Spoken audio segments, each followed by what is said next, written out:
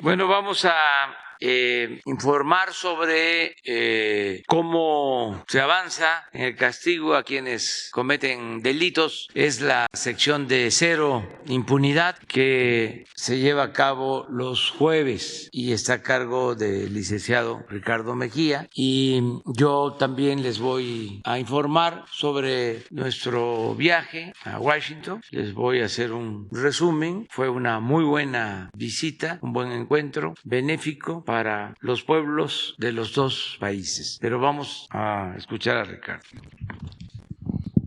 Muy buenos días a todas y a todos. Vamos a dar cuenta del informe Cero Impunidad, que es una acción coordinada del Gobierno de México a través de la Secretaría de la Defensa Nacional, la Secretaría de la Marina, la Secretaría de Seguridad y Protección Ciudadana, la Guardia Nacional, el Centro Nacional de Inteligencia, en coordinación con las Secretarías de Seguridad Pública de los estados, las Fiscalías locales y la Fiscalía General de la República. Iniciamos. En primer término, informamos sobre la detención y vinculación a proceso de los presuntos homicidas del empresario italiano Rafael Alexandro, que fue privado de la vida el pasado 1 de julio en el municipio de Palenque. La Fiscalía General de Justicia de Chiapas, en una acción de investigación que queremos felicitar, pudo determinar que la presunta autora intelectual es Elizabeth N., esposa de Rafael Alexandro, y que participan como autores materiales Gerardo Antonio, quien tendría una relación con la esposa de Rafael Alexandro, y como sicario Luis Martín, quien habría recibido un pago por realizar ese homicidio. Se giraron las órdenes de aprehensión, se les detuvo en la ciudad de Tuxtla Gutiérrez y en Palenque, fueron puestos a disposición de la autoridad competente y ya fueron vinculados a proceso penal por el juez de control. Siguiente. También informamos de la detención de presuntos homicidas de policías del municipio de San Francisco del Mar, en Oaxaca. Esta fue una investigación coordinada por la Fiscalía de Oaxaca en coordinación con la Coordinación Antisecuestros de la Secretaría de Seguridad y Protección Ciudadana y la Policía de Investigación. Se logró la detención de 5 personas del sexo masculino, quienes habrían interceptado a los policías municipales después de que ellos a su vez habían detenido a un presunto delincuente. Los agresores trasladaron a las víctimas a bordo de una patrulla a un paraje en Playa Vicente, donde fueron privados de la vida con armas de fuego. Posteriormente se les prendieron fuego a las víctimas junto con la patrulla de la Policía Municipal. Siguiente. Esta es la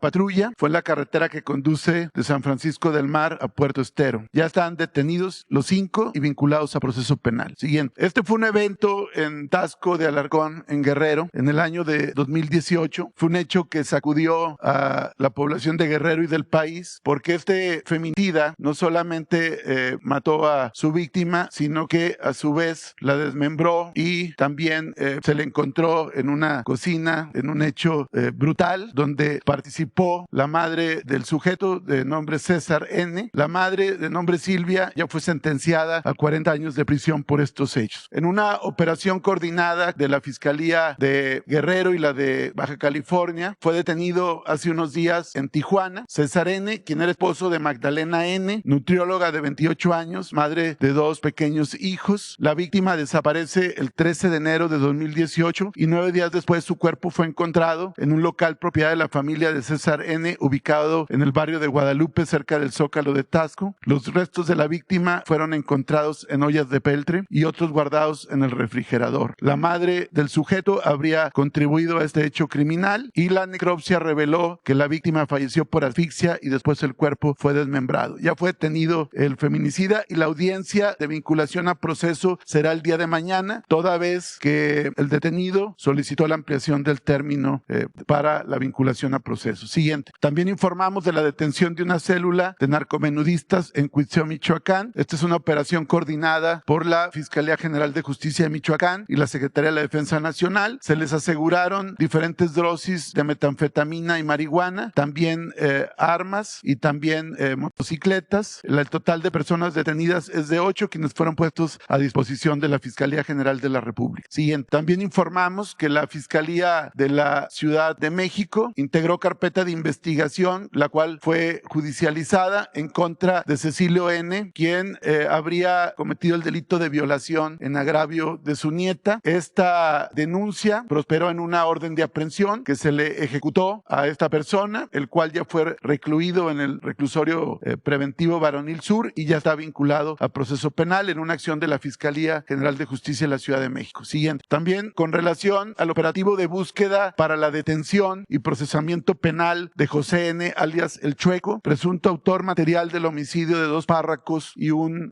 guía de turistas en el municipio de Urique, en Chihuahua, informar que a partir del despliegue que hay de la Secretaría de la Defensa Nacional y la Guardia Nacional, en coordinación con las fuerzas locales de seguridad y la Fiscalía General de Chihuahua, fue detenido Alfredo Evaristo N., alias El Chino, quien cuenta con orden de aprehensión vigente por el delito de portación de armas de fuego de uso exclusivo del Ejército y quien también pertenece al grupo criminal en el que participa este sujeto de apodo El Chueco. Ya con él son 13 los detenidos que están relacionados con El Chueco. Siguiente. De estos 13, 7 ya fueron vinculados a proceso penal por diferentes delitos y comentar que sigue la búsqueda y localización del sujeto apodado El Chueco, presunto autor material, y se espera que en los próximos días pueda ser detenido. Se sigue también en esta operación permanente asegurando armas, droga y deteniendo miembros de este grupo criminal. El pasado 8 de julio se detuvo también a sujetos y se aseguraron 9 armas largas tipo fusil que también ya se pusieron a disposición de la autoridad competente. Siguiente. Dentro de este operativo de búsqueda, informar que con relación a los hermanos Berreyesa, uno de ellos, Jesús Armando, fue rescatado con vida y en buen estado de salud, mientras que Paulo Osvaldo fue desafortunadamente encontrado sin vida. Ellos habrían sido o fueron privados de la libertad por El Chueco también el día de los hechos en que asesinó a los párrocos y al guía de turistas. Siguiente. Informar también que en un operativo de combate al narcomenudeo y tráfico de armas en Zacatecas, en el municipio de Jerez, fueron detenidos 11 personas por elementos de la Sedena, Guardia Nacional y la Policía Estatal. Estos sujetos habrían hecho diferentes detonaciones de armas de fuego en el municipio de Jerez durante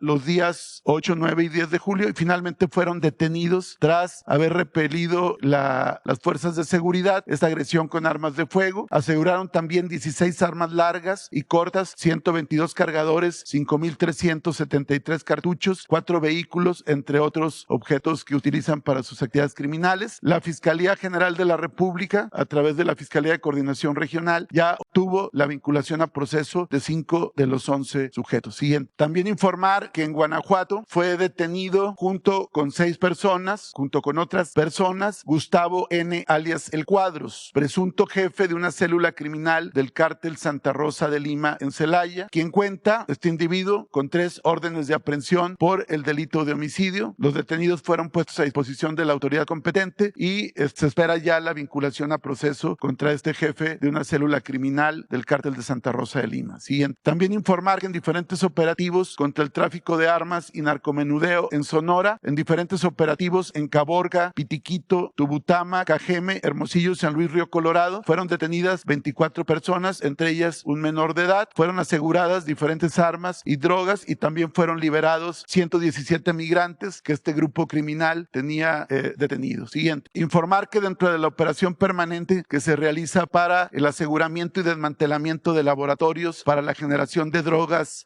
sintéticas y los precursores químicos que se utilizan para estas mezclas de drogas de diseño, fueron asegurados entre el 8 y 12 de julio 8 laboratorios clandestinos. Este aseguramiento representa una pérdida económica para el grupo criminal que realiza estas acciones por el orden de 12,500 millones de pesos. Queremos señalar, siguiente, que entre el 21 de mayo al 12 de julio del presente año, elementos del Ejército Mexicano han asegurado 101 laboratorios, de los cuales 92 están en Sinaloa, 4 en Michoacán, 3 en Baja California, 1 en Jalisco y 1 en Guerrero. El conjunto de precursores químicos, materiales utilizados para la fabricación de drogas sintéticas, entre ellos fentanilo, implican una afectación económica a la delincuencia organizada por más de 139,600 millones de pesos. Ese es el tamaño del aseguramiento que se ha hecho en esta semana. semanas. Siguiente. También, como lo hemos señalado en otras ocasiones, el combate a la impunidad no solamente implica las detenciones y aseguramientos, sino el seguimiento a los procesos penales, que se logren vinculaciones a procesos y sentencias condenatorias. En ese sentido, informamos que con relación al caso Altar, donde elementos de la Secretaría de la Defensa Nacional aseguraron a una célula criminal, entre ellas la cabeza de los cazadores de apodo El Duranguillo, estos 4 sujetos ya fueron vinculados a proceso penal, entre otros delitos por delincuencia organizada, acopio de armas de fuego de uso exclusivo del ejército, posesión de cartuchos y cargadores también de uso exclusivo, agravante de pandilla, homicidio calificado con alevosía, homicidio en grado de tentativa y cohecho, porque como ustedes recordarán, este grupo criminal ofreció dinero a elementos de la Sedena para poder ser liberados en una acción que queremos resaltar, que estuvo en inferioridad numérica durante mucho tiempo las fuerzas de la Sedena y sin embargo no solamente hicieron una operación pulcra, sino que fueron detenidos y no cedieron a sus intentos de soborno. También en el caso de la periodista Marielena Ferral, que fue asesinada el 30 de marzo de 2020, el autor material Luis Ángel N., alias La Huicha, ya fue vinculado a proceso penal. Siguiente. Como sentencias relevantes, informar que la Fiscalía General de Justicia de Puebla logró obtener sentencia condenatoria de 45 años de prisión contra Jorge N. y 3 copartícipes del homicidio calificado en agravio de la activista transgénero Agnes T.,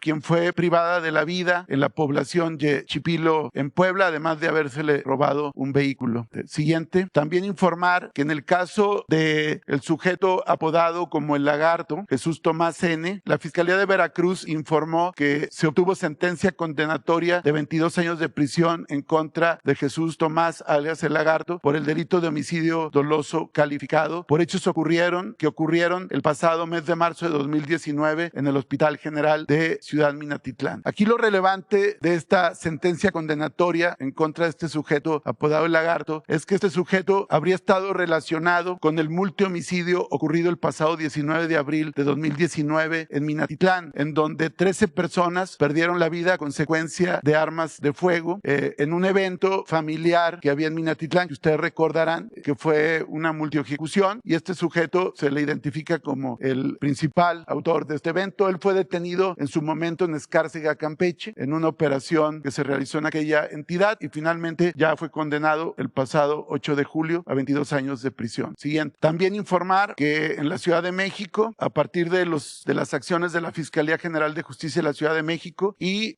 el juicio y sentencia del Tribunal Superior de Justicia de la Ciudad de México, se obtuvo sentencia condenatoria en contra de Marco Antonio N. por el delito de privación ilegal de la libertad en agravio de 13 personas, entre ellas un menor de edad, personas que fueron asesinadas y sepultadas en fosa por los hechos del Bar Heaven de la calle Lancaster en la Colonia Juárez, en la alcaldía Cuauhtémoc de la Ciudad de México, que como ustedes recordarán, estos jóvenes que fueron privados de la vida fueron sepultados en una fosa clandestina en Tlalmanal con el Estado de México. Pues bien, ya se obtuvo sentencia condenatoria y al haber 13 víctimas se le acumulan las sanciones, dando una totalidad de 520 años de prisión. Siguiente. También informar, como nos lo instruyó el presidente de la República, de casos de feminicidio resueltos, donde queremos resaltar la coordinación de las fiscalías, de las áreas también de la Secretaría de Seguridad y Protección Ciudadana y desde luego también de la Comisión Nacional contra la Violencia de Género. Ahí damos cuenta de 3 detenidos en el Estado de México por feminicidio, uno en San Luis Potosí, otro más en Veracruz y 2 más en Morelos. Siguiente. También informar que en cuanto a reportes de desaparición o no localización en Nuevo León, entre los días 7 de julio y 12 de julio, al reporte de búsqueda de personas del sexo femenino, 9 personas, las 9 fueron localizadas, todas con vida, todas con bien y ya están con sus familias. También informar que en el caso siguiente, por favor, de Jalisco, durante la primera semana de julio fueron localizadas 23 personas, niñas, niños y adolescentes, a partir de la alerta Amber, el protocolo ALBA, entre otros, quienes habían sido previamente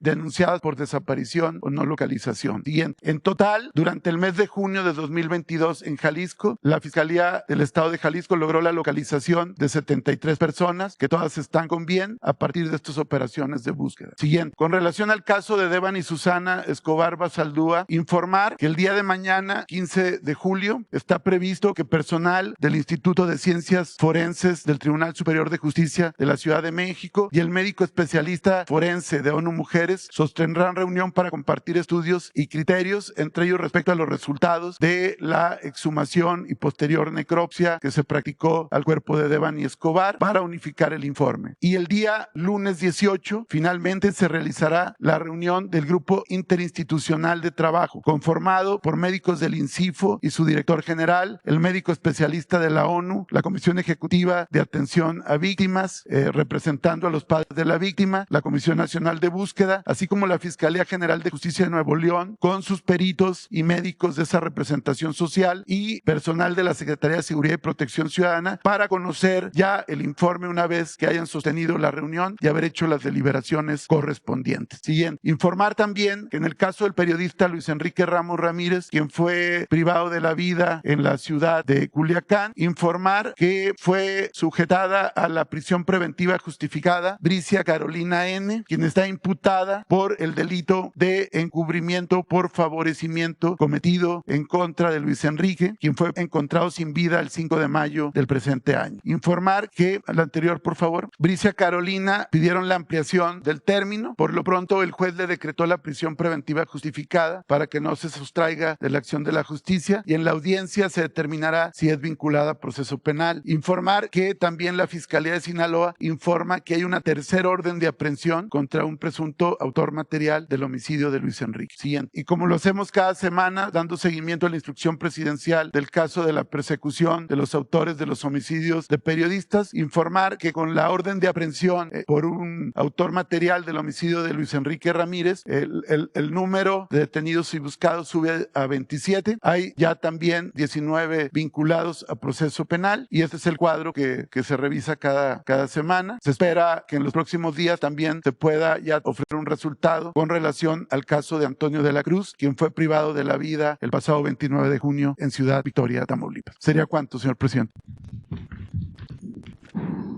Bueno, pues les informo que el encuentro que sostuvimos en la Casa Blanca con el presidente Biden fue, decía yo, muy favorable, bueno para las dos naciones. Tratamos el tema migratorio con el enfoque que nosotros hemos sostenido desde hace tiempo, de darle trabajo a la gente en sus lugares de origen. Para eso, de manera específica, insistimos en que se continúe el apoyo, que se amplíe el apoyo en programas de bienestar que ya se están aplicando en Honduras, en El Salvador, en Guatemala, con financiamiento nuestro, pero desde luego se requiere que se amplíen esos programas. Son dos en especial, uno es el Sembrando Vida y otro el Jóvenes Construyendo el Futuro, el que los jóvenes puedan tener trabajo como aprendices, capacitarse, y se les propuso que se amplíe y que se invierta más en los dos programas. También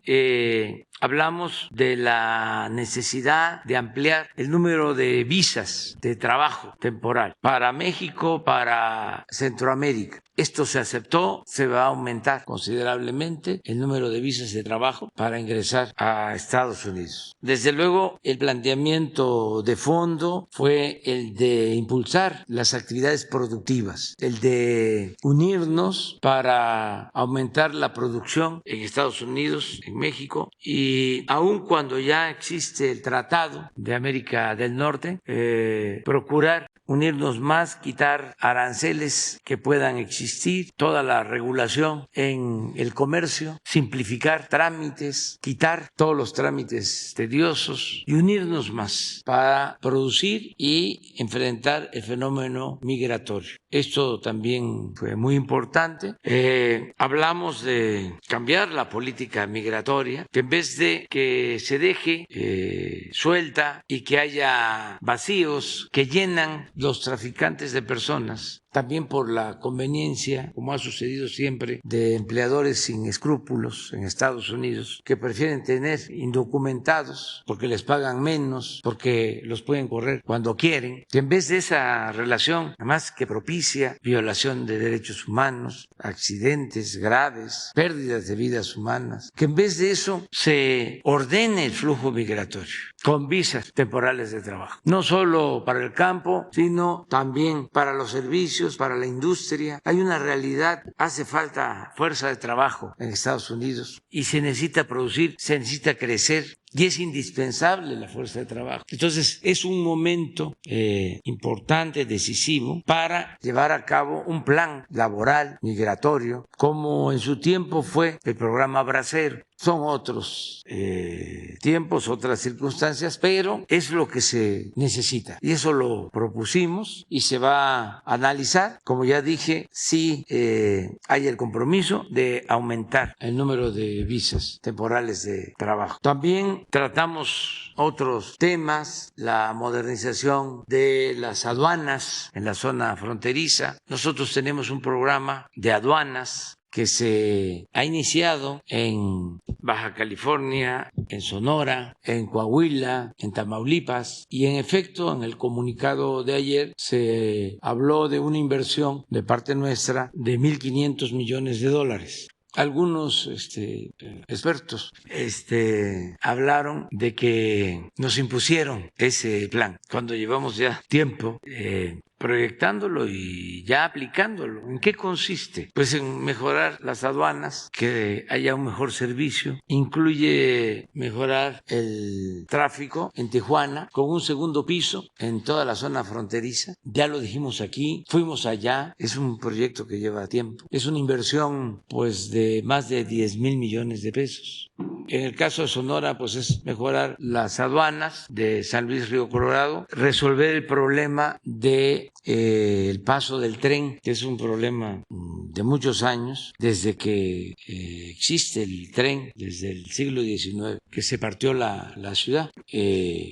Me refiero a Nogales, y lo que queremos es hacer un libramiento y otra aduana para librar la ciudad. Ya estamos trabajando en los proyectos. ¿Qué otra cosa? Bueno, se amplía la aduana de Piedras Negras en Coahuila y se construye la nueva aduana en Nuevo Laredo. Inclusive se va a hacer la oficina para la dirección de aduanas que se va a trasladar a Nuevo Laredo, y lo mismo se va a contar con una instalación militar también en otros cruces fronterizos de Tamaulipas, de modo que eso es lo que significan los 1,500 millones de dólares. Del lado de Estados Unidos también están haciendo lo mismo, modernizando sus aduanas. En lo económico y comercial se llegó a un buen acuerdo con empresarios estadounidenses que van a invertir hasta el 2024, desde ahora hasta el 24, alrededor de 40,000 millones de dólares, fundamentalmente en el sector energético. Son ductos, plantas de liquefacción, van a invertir en plantas de fertilizantes y también en extracción de crudo en sociedad con Pemex, de acuerdo a las concesiones que se otorgaron cuando la reforma energética. Si ustedes recuerdan, se entregaron en ese entonces 110 contratos y la mayoría no tiene inversión porque se argumentaba que no tenía precio el petróleo crudo, que no era negocio. Ahora que el petróleo crudo ha subido de precio, pues ya es más atractivo para quienes tienen esas concesiones, esos contratos, invertir. Y hay campos, yacimientos petroleros que tienen mucho potencial. Hay un campo Sama que está compartido con Pemex, que tiene capacidad para producir hasta 150,000 barriles diarios. Y los que tenían la concesión no se animaban y ahora parece que van a invertir bajo las condiciones legales, como la evaluación que se hizo reportó que Pemex tiene más crudo. La operación del campo va a corresponder a Pemex. Esto no significa que ellos no puedan también participar en la administración, y se busca utilizar la infraestructura de Pemex y que se trabaje de manera asociada. Eso es en general. También hablamos de los precios de los combustibles con el presidente Biden. Nosotros estamos agradecidos porque se dio la autorización en su momento para que compráramos la refinería Deer Park de Texas. Cuando se compra una planta de estas en Estados Unidos, pues tiene que autorizarlo el Departamento de Estado, la Secretaría de Energía y de Comercio. Pero el presidente Biden dio la instrucción de que se autorizara. Y esto nos ayudó porque se compró esa refinería y ahora estamos produciendo petróleo, diésel, ya se terminó de pagar la refinería y por eso reafirmamos el compromiso de que los estadounidenses que quieran cargar gasolina en las gasolineras de México que están en la frontera, en las ciudades fronterizas de México, lo pueden hacer, que no vamos a cerrar la frontera y pueden pagar menos porque la gasolina en nuestro país está más barata que en Estados Unidos. Entonces fuimos a decirle de que podían contar con eso, que también teníamos en esa refinería capacidad para un mayor abasto y les planteamos también que teníamos disponibilidad para el transporte de gas de Texas a la costa oeste de Estados Unidos, es decir, para llevar gas de Texas a California, porque tenemos ductos rentados que no se están utilizando por completo y que a ellos les puede ayudar. El caso de las refinerías y el que podamos nosotros ofrecer esta gasolina, pues tiene que ver con una situación en que ellos están enfrentando. No solo es el precio, que es más alto, sino que están operando sus refinerías al 95% de su capacidad, a todo, porque los agarró la crisis energética con poca capacidad productiva de gasolinas, capacidad de refinación de gasolinas. Entonces se está ofreciendo esto. Decirles que ellos también nos están ayudando.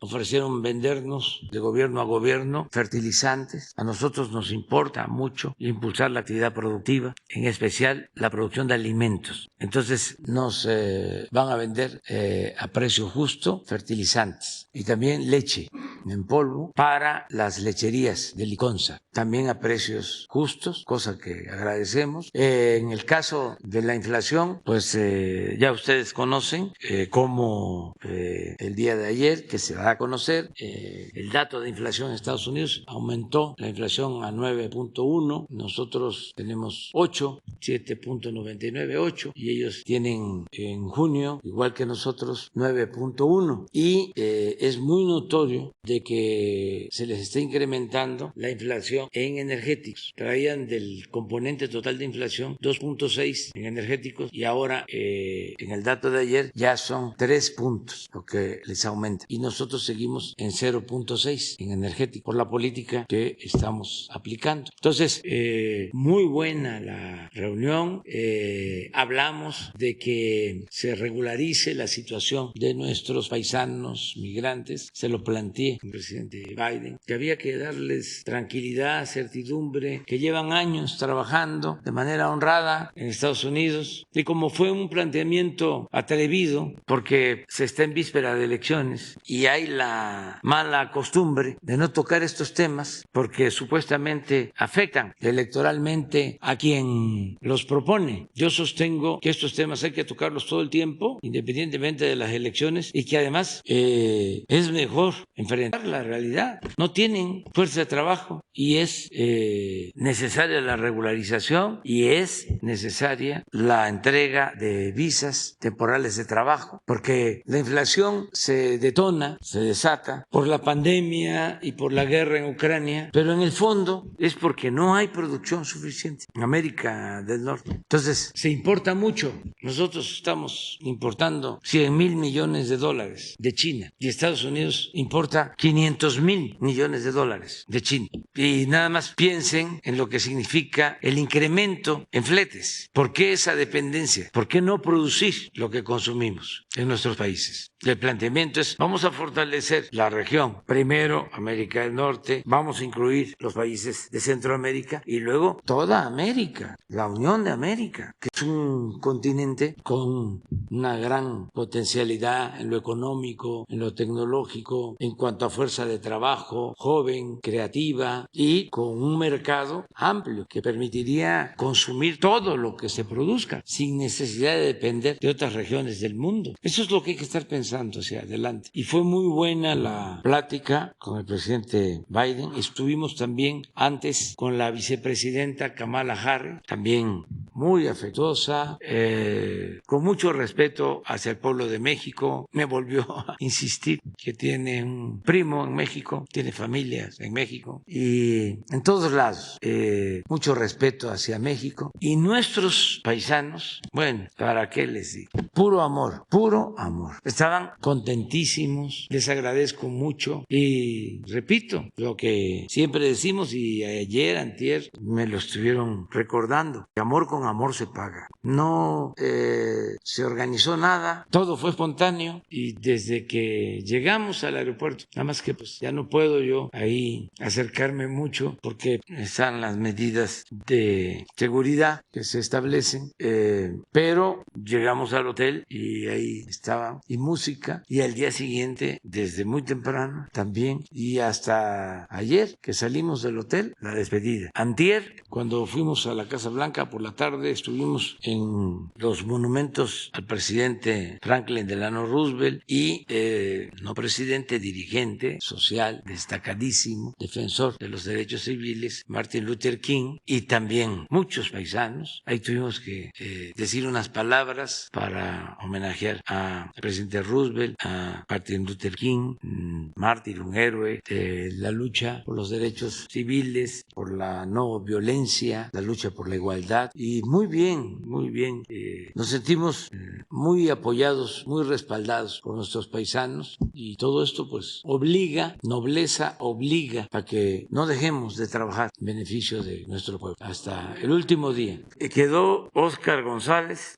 Buenos días, Óscar González de Radio Noticias 104.5 Noticias. Usted, señor presidente, en reiteradas ocasiones ha mencionado que no a la corrupción, no a la impunidad, no a las injusticias, primero los pobres. Y eso ha generado que millones de mexicanos pongan toda su confianza en usted. Comentarle, señor presidente, que decenas de habitantes del pueblo Santa Cruz, Huehuepistla, municipio de Axutla, estado de Puebla, se encuentran sumamente preocupados por perder sus tierras de cultivo, propiedades y aún sus propios hogares. Todo ello porque autoridades auxiliares del lugar pretenden a través de mañas legales quitarles sus propiedades. Ellos, mejor conocidos como los caciques de la región mixteca. Por más de 40 años han transmitido el poder de abuelos a hijos y quienes a su vez de hijos a nietos. Hoy en día, estas personas en confabulación con algunas autoridades del municipio de Axutla, del estado de Puebla y además del propio Tribunal Agrario, les están haciendo creer que esa población es terreno comunal para que así puedan desapoderarlos. Los propietarios del lugar cuentan con un certificado de inafectabilidad que les fue entregado en 1956 por el entonces presidente de México, Adolfo Ruiz Cortines, que fue publicado ese mismo año en el Diario Oficial de la Federación, documento que ahora las autoridades actuales no se los hacen válido. Estos caciques por años han hecho de las suyas, utilizan firmas de asistencia de los habitantes y quienes manipulan para fines políticos, y quienes no acceden a sus pretensiones son amenazados. Los caciques de Huehuepistla han sembrado el terror y han iniciado varios juicios de desalojo de hogares de humildes campesinos, ya que con lágrimas hombres, mujeres, niños y personas de la tercera edad piden su valiosa intervención antes de que se cometa una injusticia con más de 46 familias. La pregunta sería, ¿se podrá hacer algo para estos humildes campesinos? Es cuanto, presidente. Sí, vamos a pedirle al procurador agrario que atienda este caso. Según lo que estás dando a conocer, deben de ser tierras primero comunales y luego fueron entregadas como pequeñas propiedades, por eso los certificados de inafectabilidad que se daban entonces, después de la entrega agraria que tuvo su mejor momento en la época del general Cárdenas, empezaron los certificados de inafectabilidad, esto con el presidente Miguel Alemán y se continuó con el presidente Ruiz Cortines, y desde entonces vienen estos conflictos. Hay forma de llegar a acuerdos, vamos a pedirle al procurador agrario, seguramente ya es, como dicen los abogados, cosa juzgada, es decir, ya han de haber agotado todas las instancias legales y lo que hay es una situación de hecho, de que ahí están viviendo, me imagino, tienen la ocupación y ya legalmente es probable que alguna instancia y puede ser la instancia superior, la Suprema Corte, haya resuelto. Sin embargo, el problema está ahí y hay que resolverlo. Entonces vamos a que el Procurador Agrario lo vea. Omar Niño. Señor presidente, muy buenos días. Omar Niño de San Luis Potosí. Preguntarle sobre su visita a los Estados Unidos, el tema migratorio que considero también para usted era de los más importantes. ¿Se consolida lo de las visas? ¿Se determinó si en algún tiempo se va a concretar? Y por otro lado, preguntarle también si usted sintió en algún momento incomodidad al estar con el presidente Biden, porque usted hace cuestionamientos importantes que pocas veces un presidente se las hace al mandatario de los Estados Unidos, donde le señala que pues México ya no se somete al imperio.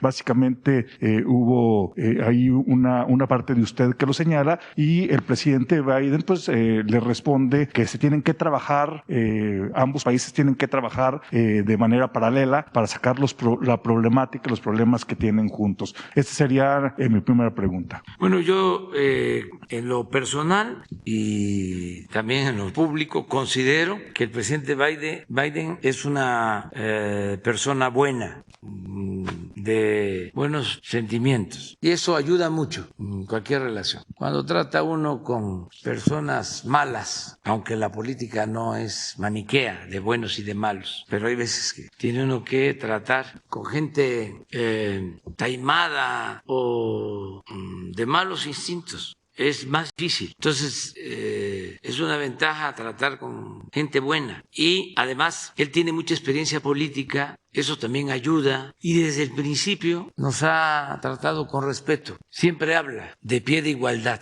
Si ustedes revisan la entrevista anterior, van a escuchar eso de parte de él. Y ahora, lo mismo. Yo hasta le dije, presidente, antes de que entraran los medios de información, voy a tardar, Casi le dije, no hablo de corrido y tengo varios temas que tratar con usted. Y me dijo, usted no se preocupe, vamos a conversar con los medios y ya en la reunión bilateral. Entonces, da confianza para hablar de manera sincera con él. Pues yo creo que por eso también me siento como me siento siempre, ¿no? Porque aunque he leído el manual de Carreño, pues uno debe ser auténtico. Me senté yo cómodo y pues abrí un poco las piernas y las doblé porque estaba yo tranquilo. Esto no es un asunto de urbanidad y de buenos modales. Aquí va uno a tratar lo que interesa. Y fue muy fraterna la conversación. Bueno, primero escuchar el tiempo que me tocó plantear las cosas. Luego escucharlo a él, muy respetuoso. Y luego ya en la reunión bilateral fue muchísimo mejor. Estaba muy contento, muy contento y muy respetuoso. Y lo cierto es que es un respeto a México, a nuestro pueblo. A lo mejor otros gobernantes no llegaban a entender, a comprender la grandeza de México y se achicopalaban, para decirlo coloquialmente, se hacían pequeños. Pero imagínense lo que es México, su historia, nuestro pueblo, nuestras culturas. Tenemos la dicha enorme de vivir en un gran país, heredero de grandes civilizaciones. Y el presidente Biden, como otros políticos, la vicepresidenta, empresarios estadounidenses, se admiran, se fascinan con México. Entonces eso nos da pues mucha ventaja, nos tratan con mucho respeto y nuestra gente también ha demostrado ser gente luchona, trabajadora, honrada, se pelean por los trabajadores mexicanos, son los preferidos de todos los migrantes, que todos son excepcionales, pero los mexicanos tienen su lugar, tienen su sitio. Es un orgullo, la verdad, representar al pueblo de México. Señor presidente, en una segunda pregunta, no pregunta, es un planteamiento. señalamiento. El pasado mes de noviembre estuve aquí y le pedí a nombre de muchos potosinos que no dejara de voltear a ver a nuestro estado. Hoy, a 8 meses del inicio de la gobernatura de Ricardo Gallardo Cardona, contabilizamos 495 muertes violentas. Me voy a permitir solamente destacar algunos hechos porque yo sé que usted conoce estos pueblos y San Luis Potosí pareciera que está en una isla y estamos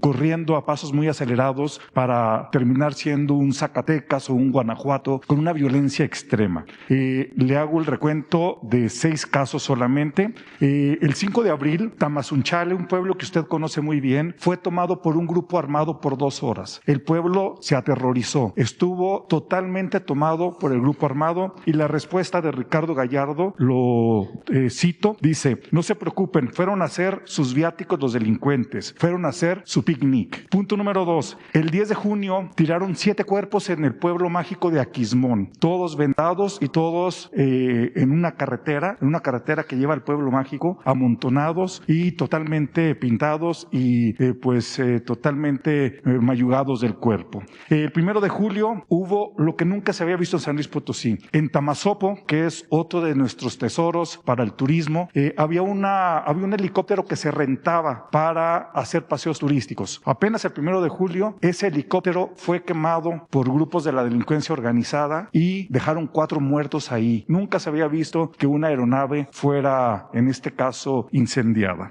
En Cerritos van 7 enfrentamientos en esta zona de la zona media de San Luis Potosí.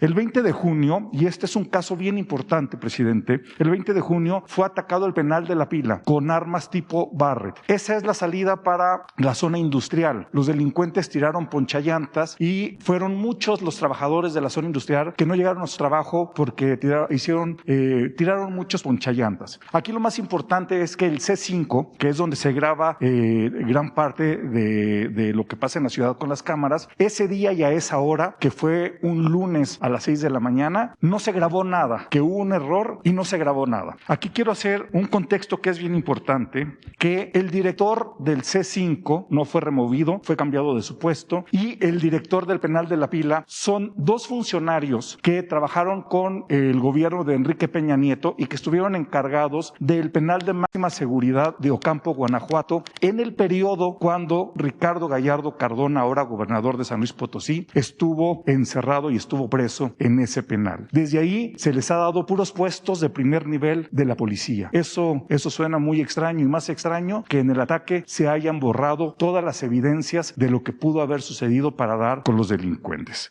Hemos tenido una ola de rapto de mujeres. En San Luis Potosí se está viviendo con mucho miedo. El miércoles pasado, el Sindicato de Trabajadores y Trabajadoras del Gobierno del Estado se manifestó. Fueron reprimidos con tanquetas.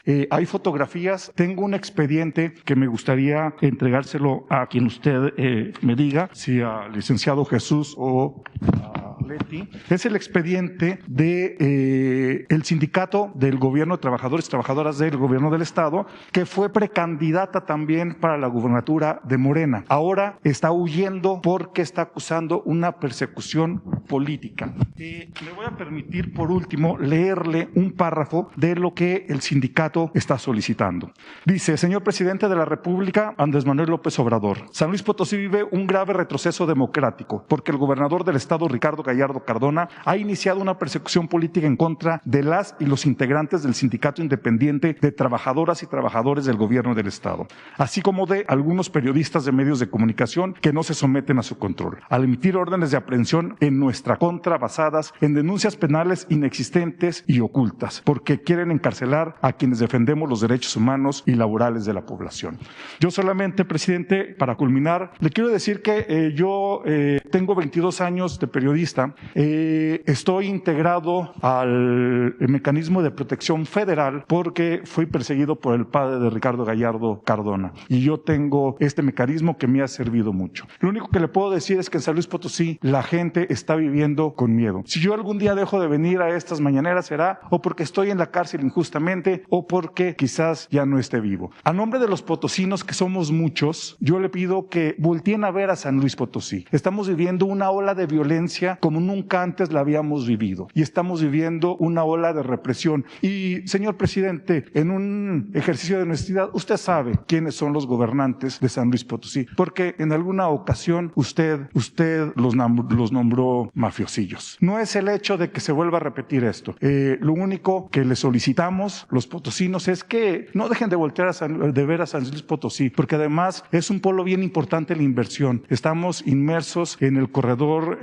automotriz de la zona Centro Bajío y las empresas también están comenzando a salir de nuestro estado. Muchas gracias, señor presidente. Sí, vamos a verlo. Debes de considerar que hay en San Luis Potosí una polarización política. Hay quienes están a favor del gobernador y quienes están en contra. Y nosotros tenemos que actuar con profesionalismo, con responsabilidad y apego a la verdad. Entonces, te ofrecemos que vamos a hacer una investigación sobre el caso. A lo mejor Ricardo aquí podría informarnos sobre lo que se tiene y nos dejas tus documentos. Qué bien que estás en el mecanismo de protección. De todas maneras, nosotros siempre vamos a defender la libertad de expresión y espero también comprendan que no podemos hacer juicios sumarios, no podemos hacer denuncias a diestra y siniestra, sin pruebas, no podemos repetir lo que se hacía antes de un periodismo sin argumentos, irresponsable, con falta de profesionalismo, les diría que calumnioso. Tenemos que ser todos muy responsables, que cuando haya una denuncia se presente una prueba y que no haya propaganda o campañas de desprestigio. Ayer, por ejemplo, el director de Migración, Garduño, se metió a una tienda, creo que en el aeropuerto, cerca de un centro comercial, y le tomaron una foto, y Loret de Mola, ¿por qué no pones a Loret de Mola? Miren lo que puso. O sea, entonces ya no van a ir a poder comprar nada los servidores públicos. Por cierto, dejó dicho Francisco Garduño que no compró nada para que yo se lo informara a Loret. Pero miren lo que puso. A ver si encuentran ahí. Ahí está. Pero a ver qué puso él. Pues no se le ve con ninguna bolsa. Dice, aprovechando la gira, eso es lo que dice Loret. Fíjense qué periodismo. Y estos eran los más famosos del universo, eran las estrellas, del canal de las estrellas. Aprovechando la gira, el director del Instituto Nacional de Migración, Francisco Garduño, se fue de shopping a la tienda ultra fifí Marcus de Washington. Ya sabe, la pobreza franciscana. Lo importante es eso, ¿no? Que ya da como un hecho de que estamos en esa fase superior, porque ya pasamos de la austeridad republicana a la pobreza franciscana. Qué bueno que ya se aceptó. Pero este es el periodismo de antes. Lamentable, o sea, de pena ajena. Imagínense si alguien se encontrara de shopping a Loret de Mola. ¿Dónde compra? ¿Con qué autoridad moral? Pero es así todo. Están molestísimos. Primero decían que como no había asistido a la cumbre, que no me iban a volver a recibir en la Casa Blanca, que me iban a regañar, me iban a jalar las orejas. Y el presidente Biden, repito, es un agente excepcional, un hombre bueno. Hay simpatía mutua, pero estaban esperando, ¿no?, los choques. Luego, los especialistas, ¿no?, del antiguo régimen, del neoliberalismo, internacionalistas. Pero no es visita de Estado. Y luego un experto, ¿no?, o experta, ¿qué es una visita oficial? ¿Qué es una visita de Estado? ¿Qué es una visita de trabajo? Toda esa formalidad casi monárquica los fascina. Y que no me desabroché el saco, no, pues se me iba a ver la panza.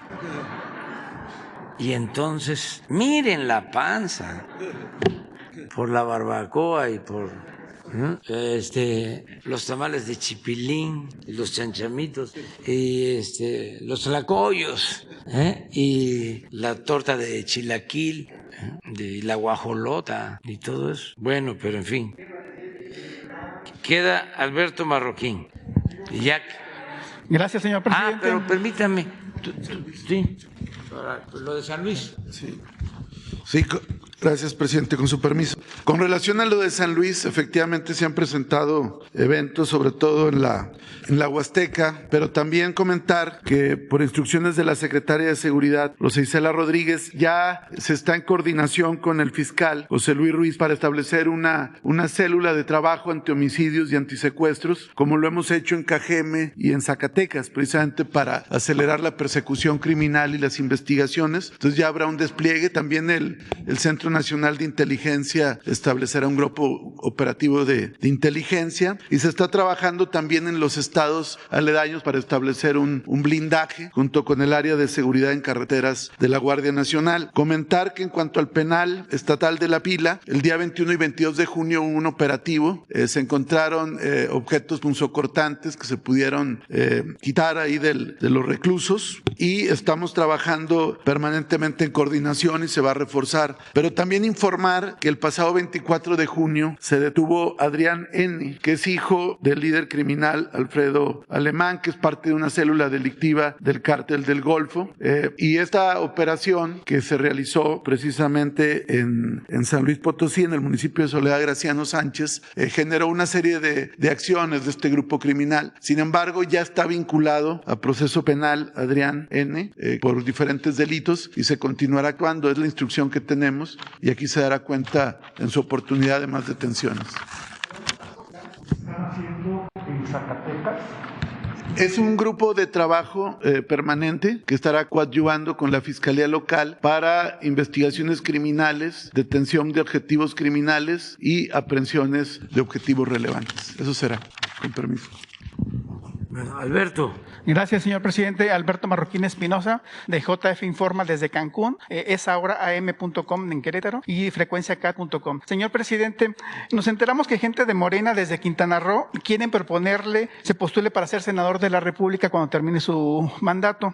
Usted ha mencionado que desea culminar su ciclo de la actividad pública, pero ¿podría considerar usted esta propuesta por parte de la gente de Morena de Quintana Roo? Y si ha pensado vivir en Quintana Roo en el mediano plazo. ¿Ha pensado usted? No, yo termino a finales de septiembre y me jubilo. No vuelvo a la actividad pública, política. No voy a aceptar ni siquiera invitaciones a conferencias. No voy a visitar universidades, no voy a asistir a ningún acto público, político, aunque se trate de amigos, aunque se trate de familiares. Yo concluyo mi ciclo a finales de septiembre del 24. Por eso el tiempo que me queda lo estoy utilizando de manera intensa, me estoy aplicando para que no quede nada pendiente, que pueda yo ir con mi conciencia tranquila de haber servido a mi país, a mi pueblo, y no pienso continuar en la política. Voy a escribir, ni siquiera voy a publicar con frecuencia el primer libro después de que yo termine. Pienso publicarlo a los 3 años y no van a hacer cosas de lo contemporáneo. Voy a escribir un libro que deseo sobre el pensamiento conservador, desde la conquista, imaginar también con códices y con relatos orales cómo era la vida pública, política en la época prehispánica, y luego cuál fue el pensamiento dominante a partir de la llegada de los invasores europeos y cómo se fue formando el pensamiento conservador, todo el proceso. Hay un libro bueno sobre este tema que se llama El pensamiento reaccionario, de García Cantú. Sí, es el pensamiento reaccionario de García Cantú, pero él trabaja más sobre documentos históricos y hace comentarios. Yo quiero hacer otro tipo de trabajo, desde luego con fuentes originarias, pero con mi interpretación. Un libro que me va a llevar tiempo y voy a estar dedicado a eso, y voy a poder también estar viendo, mirando, admirando las plantas, los árboles, los pájaros, haciendo mis ejercicios para estar en forma, pero no saliendo. Y desde luego sin contestarle a nadie, sin dar ninguna opinión. Me voy a despedir de las redes sociales, también no por grosería, sino porque si no lo hago así, me costaría más trabajo. No voy a recibir a políticos, no voy a recibir a dirigentes, ni simpatizantes de nuestro movimiento, ni a mis hijos si me llevan algo que tenga que ver con la política, no. Y termino porque también no hay que tenerle mucho apego ni al poder ni al dinero. Ya termina uno su ciclo, vienen nuevas generaciones, hay relevo generacional. Estoy muy contento porque hay muchos buenos dirigentes, mujeres y hombres. Y estoy contento también porque los más jóvenes vienen, pero muy entusiasmados, convencidos. Son muy inteligentes, los veo, los disfruto, los gozo en las redes sociales, tienen mucha capacidad para argumentar. Es un renacimiento de la política y también del periodismo. Es una revolución de las conciencias. Ayer vi un mensaje de una gente como Bonazo, que no sé si sea familia de el Bonazo de Miguel. Yo creo que debe ser pariente. Es un Bonazo, no sé si en Twitter o en Face, a ver si lo consiguen. Es joven, yo creo que debe ser, pero mexicano. Digo, creo que está en México. Pues dice algo muy interesante sobre el comportamiento del conservadurismo en México ante los cambios. ¿Y no ha pensado vivir en Quintana Roo, presidente? presidente? Ya debe ser grande, ya Miguel ya debe tener pues mi edad, un poco más. El pensamiento conservador en México. Mire, la élite mexicana vive en una cárcel ideológica. Mientras el país se mueve, ellos han quedado fosilizados en el clasismo y el malinchismo. No se han querido mover. Por eso el conservadurismo, que es mantener el statu quo, conservar. AMLO no ha afectado uno solo de sus derechos. Y es cierto, pero les ha puesto un espejo enfrente. Eso también es cierto. Porque no se hablaban de estas cosas. No se hablaba del clasismo, del racismo, de la corrupción, del aspiracionismo. No se hablaba de eso, del desprecio a los demás, de la hipocresía. No se lo perdonarán jamás. Yo espero que sí, porque la mayoría son religiosos y saben perdonar. Es hijo de Miguel. ¿Y vive aquí? Vive aquí. Gracias, señor presidente. Existe una segunda pregunta, señor presidente. En Querétaro existe un grave problema por el paso de transporte pesado por la zona urbana de Querétaro, y más ahora que se va a cerrar una vialidad que es el cruce hacia San Luis Potosí, que es la avenida 5 de febrero, porque va a haber una reingeniería y una obra que no se había hecho en 30 años, incluso se van a tumbar hasta 4 puentes. Es una obra del gobierno del estado de Mauricio Curi, y le cuestionamos al presidente municipal de Querétaro, Luis Nava, ¿por qué no han limitado el paso vehicular del transporte de carga pesado por la zona de la carretera 57 que cruza una parte de Querétaro, la zona urbana? Y ha habido accidentes regularmente por tanto transporte pesado. Y hay dos libramientos que pueden evitar que pasen por Querétaro. Y al momento que le cuestionamos al presidente Luis Nava, nos comentaba que él hizo una petición a la SCT en el 2019 para municipalizar ese tramo de la carretera 57. Prácticamente son 2 kilómetros. Y por eso era preguntarle al presidente cómo nos podría apoyar para que se agilizara ese trámite ante la SCT y ojalá se pudiera municipalizar ese pequeño tramo. Vamos a hablar con el gobernador. Él me mencionó en la última entrevista que iban a llevar a cabo obras de introducción de agua y otras obras urbanas. Entonces vamos a ver en qué ayudamos y tomamos en cuenta tu planteamiento. Y lo esperamos en Querétaro. Hay dos festivales, Festival Querétaro y hay festival, y hay otro festival que se llama Festival Experimental. Ojalá nos acompañe. Me ha invitado el gobernador y tengo muchos deseos de ir. Es muy probable que vaya. Y además quiero ir a la sierra. Quiero ir a la Sierra Gorda y visitar los municipios de esa región hasta precisamente San Luis, salir a Xilitla. Lo he recorrido todo ese camino y sí voy a ir porque el gobernador me ha invitado y es buena la relación con el gobierno del estado. Muchas gracias, señor presidente.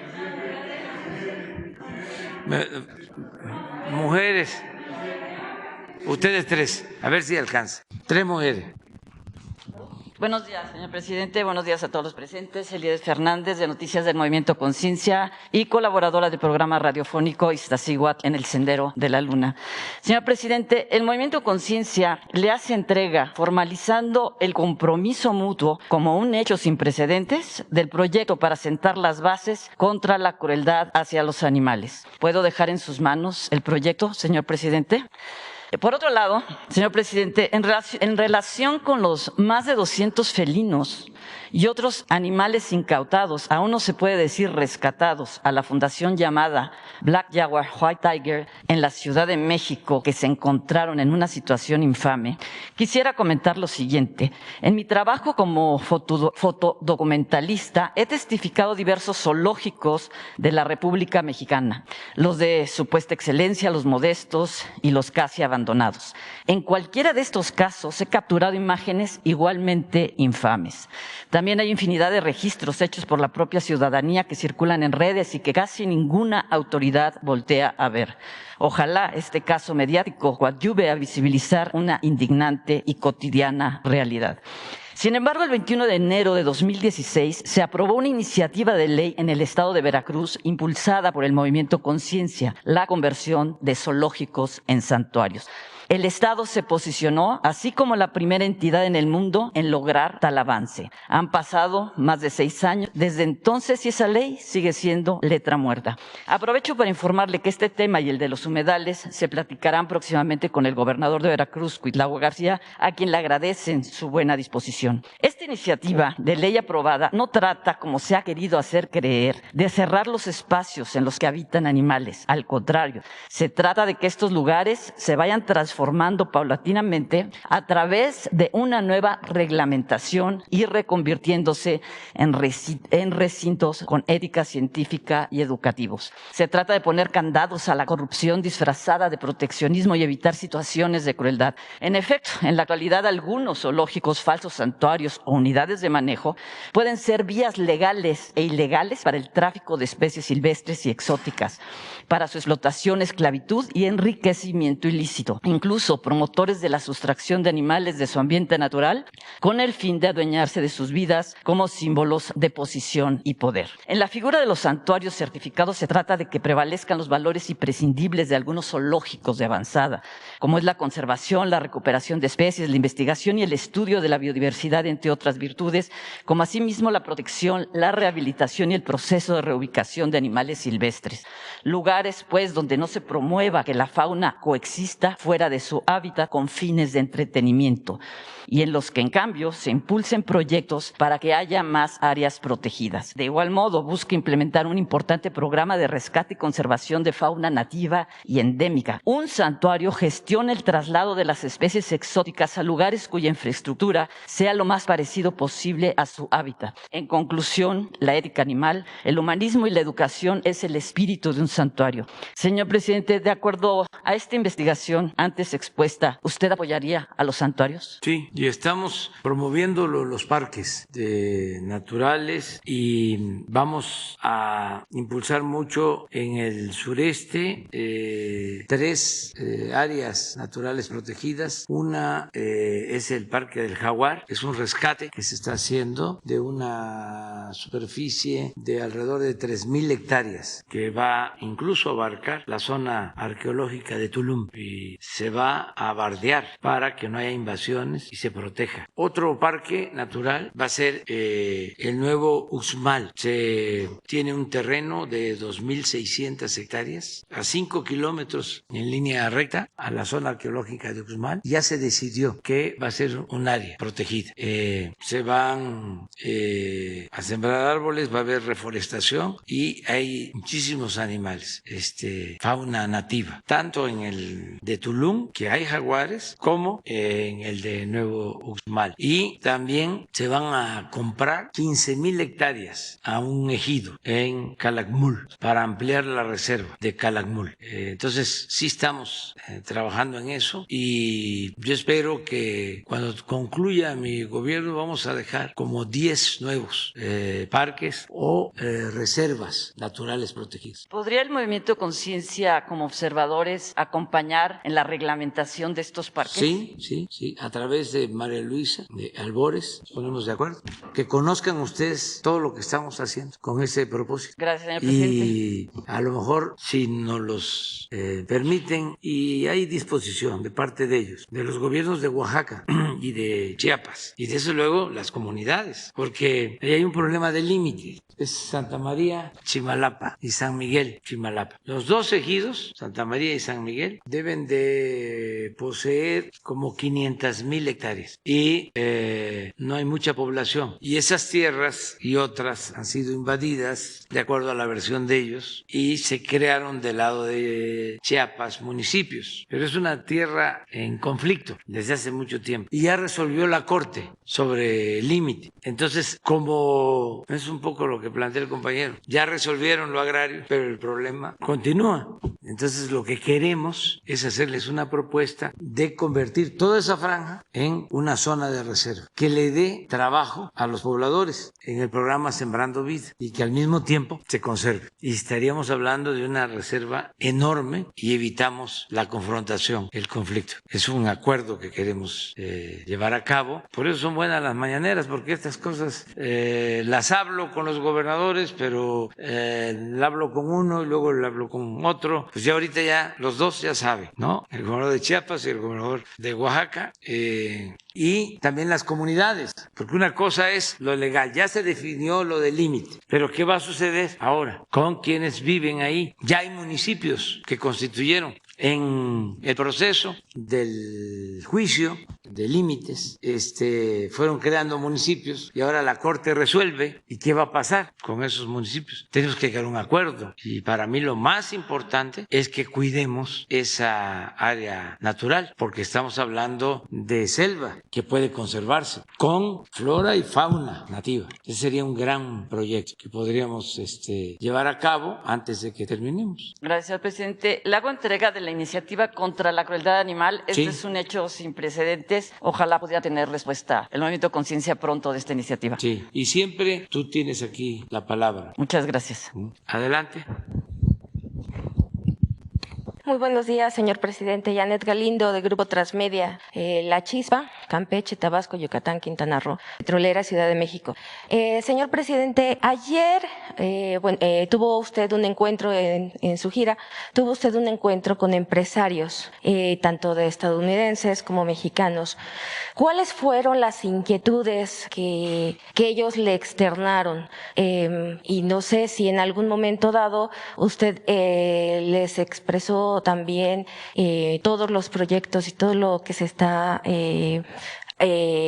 haciendo en el sureste, si hablaron en algún momento dado del Tren Maya, por ejemplo. Sí, hablamos, pero ellos ya conocen lo que estamos haciendo en el sureste, el transísmico, el Tren Maya, todo el impulso a la actividad petrolera, las refinerías, y hay una circunstancia especial por la situación de la guerra en Ucrania, que insisto, ya era una crisis, ¿no?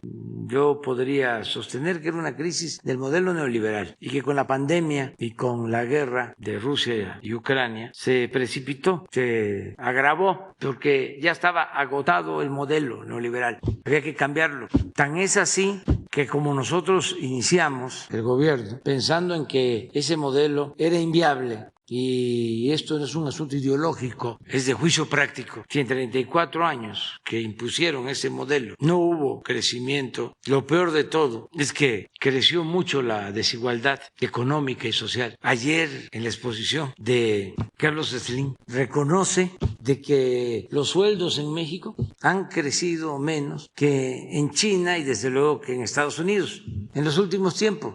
No sé si hay una gráfica en mi libro, La mitad del camino, sobre empleo. No sé si es la mitad del camino sobre salarios. No, yo creo que es en el otro, en la economía moral. Entonces, se suponía, cuando empieza el auge en China, que una de sus ventajas comparativas era el pago de bajos salarios, o que eran muy bajos los salarios. Y en efecto, era mejor el salario en México que en China. Pero eso ya no es así. Durante todo el periodo neoliberal, esto es lo que sucedió. Este es 2000, este es el salario en China y este es México. Y miren el comportamiento. Ya en 2009 es igual. Y sigue subiendo el salario en China y en México del 9 al 18, que digamos nosotros. Nosotros lo subimos, lo hemos subido tanto el salario mínimo como el salario general. En el caso del mínimo, 65% en términos reales, como nunca se había hecho. Pero de todas maneras, todavía no llegamos. Entonces, de estos temas se habló. Fue muy interesante el que se esté pensando no solo en producir, sino también en mejorar los salarios, en crear empleos. Ya es una visión distinta, ¿no?, la que hay.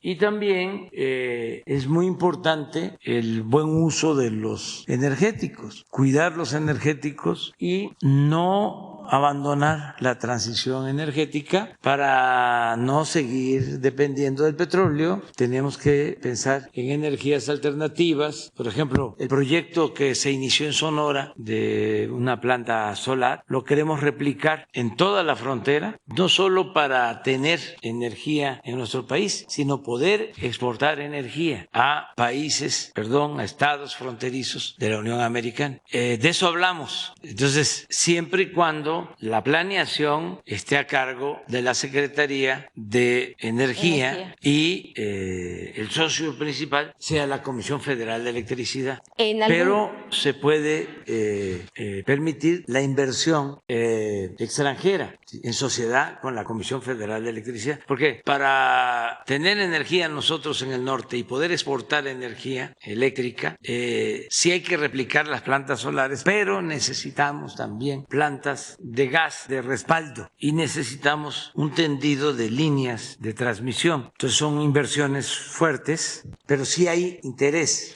de parte de inversionistas estadounidenses. Lo mismo en el caso del gas, que ahora están llevando gas de Estados Unidos a Europa y no tienen ya más capacidad, pero por ejemplo España ya está comprando de todo el gas que consume el 35% a empresas estadounidenses que llevan el gas en barcos, en un proceso que se llama de licuefacción. Congelan el gas, lo embarcan y allá regasifican. Ya los meten el gas a los ductos, pero ya el 35% del gas de España ya lo está abasteciendo Estados Unidos. Entonces, no hay suficientes plantas de licuefacción. En el caso de México, hay 2 contratos ya firmados. Una planta de licuefacción en Ensenada, que son alrededor de $5,000 millones, y otra planta de licuefacción en Altamira, en el Golfo. Pero hay proyectos para una en Puerto Libertad, en el Mar de Cortés, que ahora se llama Mar de California, de Baja California. Otra en Salina Cruz, si se resuelve lo del derecho del vía para un gasoducto, y otra en Coatzacoalcos. Entonces, todo eso es inversión. También comentarles que para fortalecer nuestra autosuficiencia energética, ya se autorizó la construcción de una nueva coquizadora en Salina Cruz. Ya no vamos a producir combustible, vamos a producir gasolinas. Todo va a ser gasolinas. Y esto significa más rentabilidad y menos contaminación. Entonces ya son 2 plantas coquizadoras, una en Tula y otra en Salina Cruz. Son inversiones también, para que tengan la información, de $6,000 millones en las 2. Y es presupuesto público, no son créditos, y son plantas de Pemex, o sea, de la nación, las 2. Este fin de semana, mañana, voy a hacer una gira de trabajo para ver plantas, pero de fertilizantes. Voy a una reserva de piedra fosfórica en Baja California Sur. Voy a una planta también de fertilizantes que se adquirió, que está muy abandonada y que la vamos a rehabilitar porque necesitamos los fertilizantes en Lázaro Cárdenas, Michoacán. Ya se logró mediante una consulta que los campesinos indígenas de Sinaloa permitieran la construcción de una planta de fertilizantes en Topolobampo. Es una empresa alemana porque nos hacen falta los fertilizantes. Y ya tenemos el plan también y vamos a ir a agronitrogenados. Se va a ampliar, se va a tener otra planta para producir urea y otra planta más en Cozoleacaque para amoníaco, que es la materia prima de la urea. Lo que queremos es dejar produciendo plantas que nos permitan abastecer el 60% del mercado de fertilizantes y que ese 60% se entregue a los productores y a los productores más pobres de manera gratuita. Lo que hacemos en Guerrero, que ya estamos terminando de entregar este año, fertilizante, abono a todos los productores. Y da muchísimo gusto ver cómo del autoconsumo, que a veces nada por la sequía, por la falta de lluvia. Ahora que fui a la montaña me dio mucho gusto porque están muy buenas las milpas, porque está lloviendo y llegó a tiempo. El fertilizante nos falta como un 10% de distribuir. Pero ese programa se va a ampliar a Chiapas, a Oaxaca, a Zacatecas, a Nayarit, a Durango, a Puebla, Morelos, el Estado de México. Estamos viendo cómo lo vamos a ir ampliando y para eso las plantas de fertilizantes, porque la materia prima es el gas y lo tenemos y tenemos los ductos. Entonces del gas se saca el amoníaco y el amoníaco es el que sirve para la urea, que es el fertilizante. Entonces, ahora con la guerra, el precio del fertilizante fue arriba. Antes también, aunque les moleste a los conservadores, éramos autosuficientes en fertilizantes, pero desmantelaron todo, privatizaron todo y ahora pues estamos recuperando lo que se puede para tener nuestro fertilizante y ser autosuficientes en lo alimentario, porque la lección mayor, la enseñanza mayor es ser autosuficientes en alimentos y ser autosuficientes en energéticos. Es fundamental. Nada del pensamiento trasnochado neoliberal de que en un mundo globalizado no hace falta producir porque lo que se necesita se puede comprar afuera. Eso es una falacia. Nos engañaron con eso. Decían, ¿para qué impulsas el campo? ¿Para qué apoyas el campo? ¿Para qué tienes plantas de fertilizante? ¿Para qué apoyas a los productores? ¿Para qué fomentas el sector agropecuario? Si necesitas maíz, si necesitas frijol, si necesitas arroz, lo compras. ¿Para qué vas a hacer refinerías? Vende petróleo crudo. Ahí está el negocio. Y por eso en más de 40 años no hicieron una refinería. Vende petróleo crudo y compra la gasolina. Y ahora la realidad nos está demostrando que no es así. Si nosotros dejamos caer la industria petrolera, si desde que llegamos no hubiésemos atendido las 6 refinerías y no se hubiese comprado la de Deer Park y no se hubiese iniciado la construcción y ya tener terminada la primera etapa de Dos Bocas y no construir estas 2 coquizadoras, pues entonces estaríamos padeciendo por los aumentos en los precios de los combustibles. Además, no tendríamos petróleo crudo, porque si vemos la tendencia, ¿por qué no pones? ¿Cuál era la tendencia? Lo irresponsable de esta gente. Íbamos a estar hoy importando crudo. No solo no íbamos a estar, no solo no íbamos a tener gasolina ni diésel, no íbamos a tener el suficiente petróleo, lo que requerimos. Que hoy van a ver los datos. Nuestro consumo es de alrededor de 1.800.000 barriles diarios, lo que consume nuestro país. Eso es lo que nosotros pensamos. Para no extraer más y cuidar el medio ambiente, nos hemos propuesto no pasar de 2 millones de barriles. Pero puede ser que encuentren la gráfica. Es una, sí, a ver si la manda Octavio. Si hubiese continuado la tendencia, que esto, y voy a poner la gráfica también, de lo de violencia, porque este es otro asunto de los expertos los doctores en ciencias sociales. Pero es muy interesante cómo se venía cayendo la extracción. Ya ahora debemos de estar como en 1.800.000, 1.700.000. Señor presidente, y hablando de política energética, ¿en algún momento no tocaron los empresarios el tema del horario de verano? No, Eso no. eso yo creo que fue el Reforma aquí. No, no hubo ningún problema de nada. Es que también antes de ir estuve con empresarios estadounidenses y canadienses, como 18 o 20 En las reuniones que tuvo aquí. reuniones para ver caso por caso, y eso nos ayudó mucho. Y ellos están muy satisfechos, muy contentos, no hay problema. La cuestión eléctrica, pues ya entendieron de qué se trata, de que a todos nos iba a perjudicar. Eso es lo mismo que el petróleo. No iba a tener producción la Comisión Federal de Electricidad, la iban a quebrar, estaría totalmente sin capital, todo para darle el mercado a Iberdrola. Estaría pasando lo de España. ¿La tienen? Ya. Pues sí, si no se queda pendiente, pero bueno. Bueno, y así usted logró transmitir entonces el amor por México a ¿Mande? De esta forma, con esta visita, ¿usted considera que logró transmitir su amor por México en esta gira? Que si ¿Usted transmitió su amor por Sí. México en esta gira? ¿Logró transmitirlo a los empresarios a nuestros paisanos. y a los paisanos? No, Gracias. esos son únicos. Miren, en todo el mundo Gracias.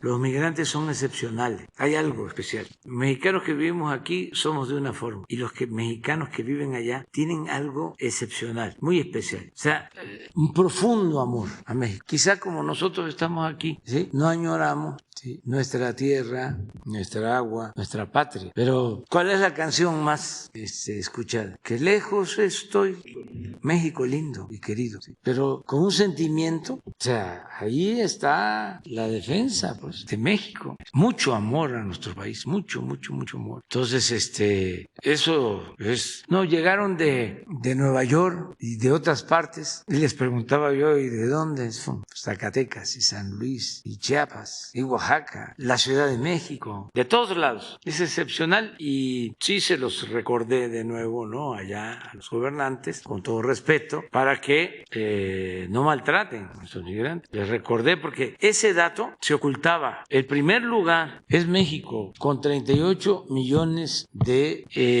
habitantes mexicanos en Estados Unidos, padres, hijos. Incluso con una revisión que hicieron al censo, ya se habla de más de 40 millones. Y el segundo lugar son nuestros hermanos puertorriqueños, con 5 millones, de 40 a 5, segundo lugar. Y tercer lugar, nuestros hermanos de Cuba, 4 millones. Y tienen nuestros hermanos de Cuba, los políticos sobre todo, una influencia tremenda. Ellos son los que tienen bloqueado a Cuba. Claro, es el gobierno de Estados Unidos, pero por la presión que ejercen estos políticos cubanos, que no les importa que el pueblo de ellos o de sus padres sufra porque lo ven como un asunto político, electoral. Es un poco lo que quieren hacer algunos políticos tejanos, o ya están haciendo, en contra de los migrantes mexicanos. No es amenaza ni siquiera advertencia, pero ya les dijimos que el que maltrate a migrantes, sea del partido que sea, aquí en la mañanera va a ser señalado como un político oportunista, racista, discriminador, ni siquiera político, politiquero. Pero es parte de lo mismo. Pero nuestros hermanos cubanos, repito, 4 millones y nosotros 40 millones. ¿Y por qué el maltrato a los mexicanos? Aquí está. Ah, qué bueno.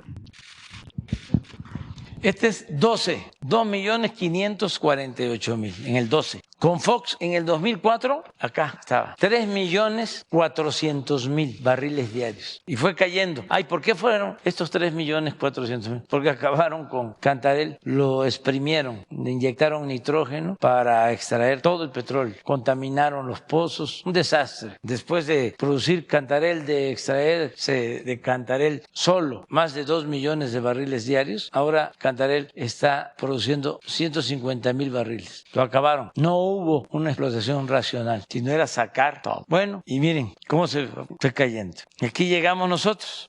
Este dice 1.833.000, pero en diciembre, ya del 19, estaba como 1.600.000.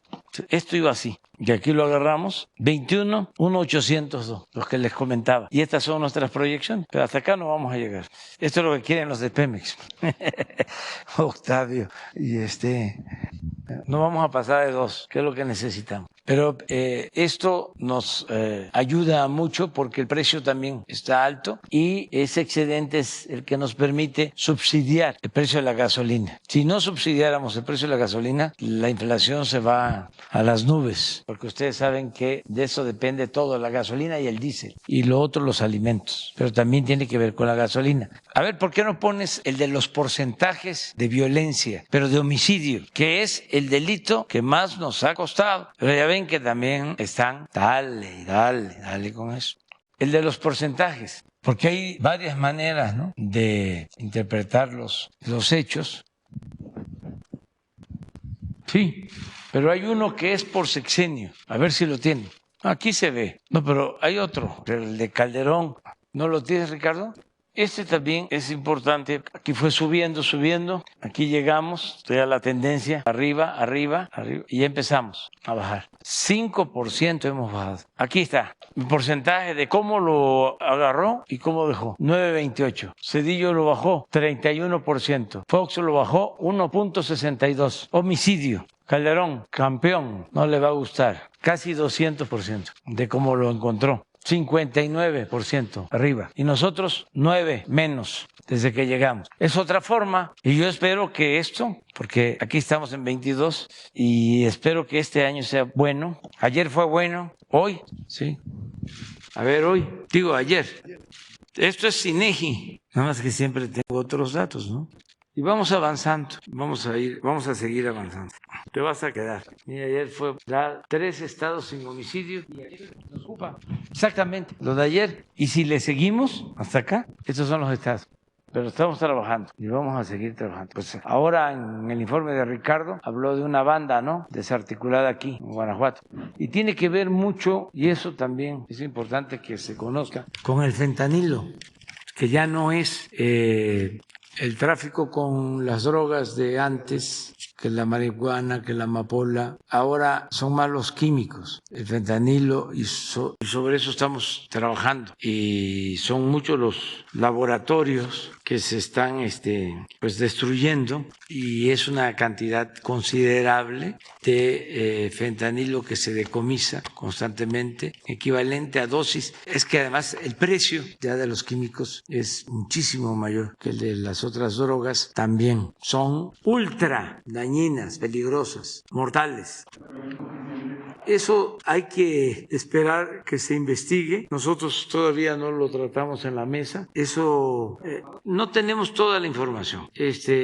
Surge por lo de Topilejo. Entonces, a partir de ahí es un trabajo de investigación que hizo el gobierno de la Ciudad de México, pero nosotros todavía no tenemos información. Los lunes siempre está en la reunión de seguridad la jefa de gobierno, de ahí ella informa, y tenemos también nosotros elementos, pero no hay nada en firme. Cuando tengamos algo nosotros informamos. Ya nos vamos hablando de tamales, totopostes. Ustedes saben que en Oaxaca se le llama totopo y en Tabasco totoposte.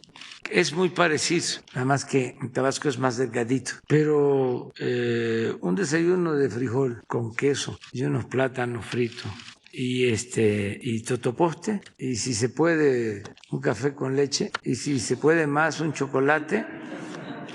Bueno, pues eso es lo que les deseo.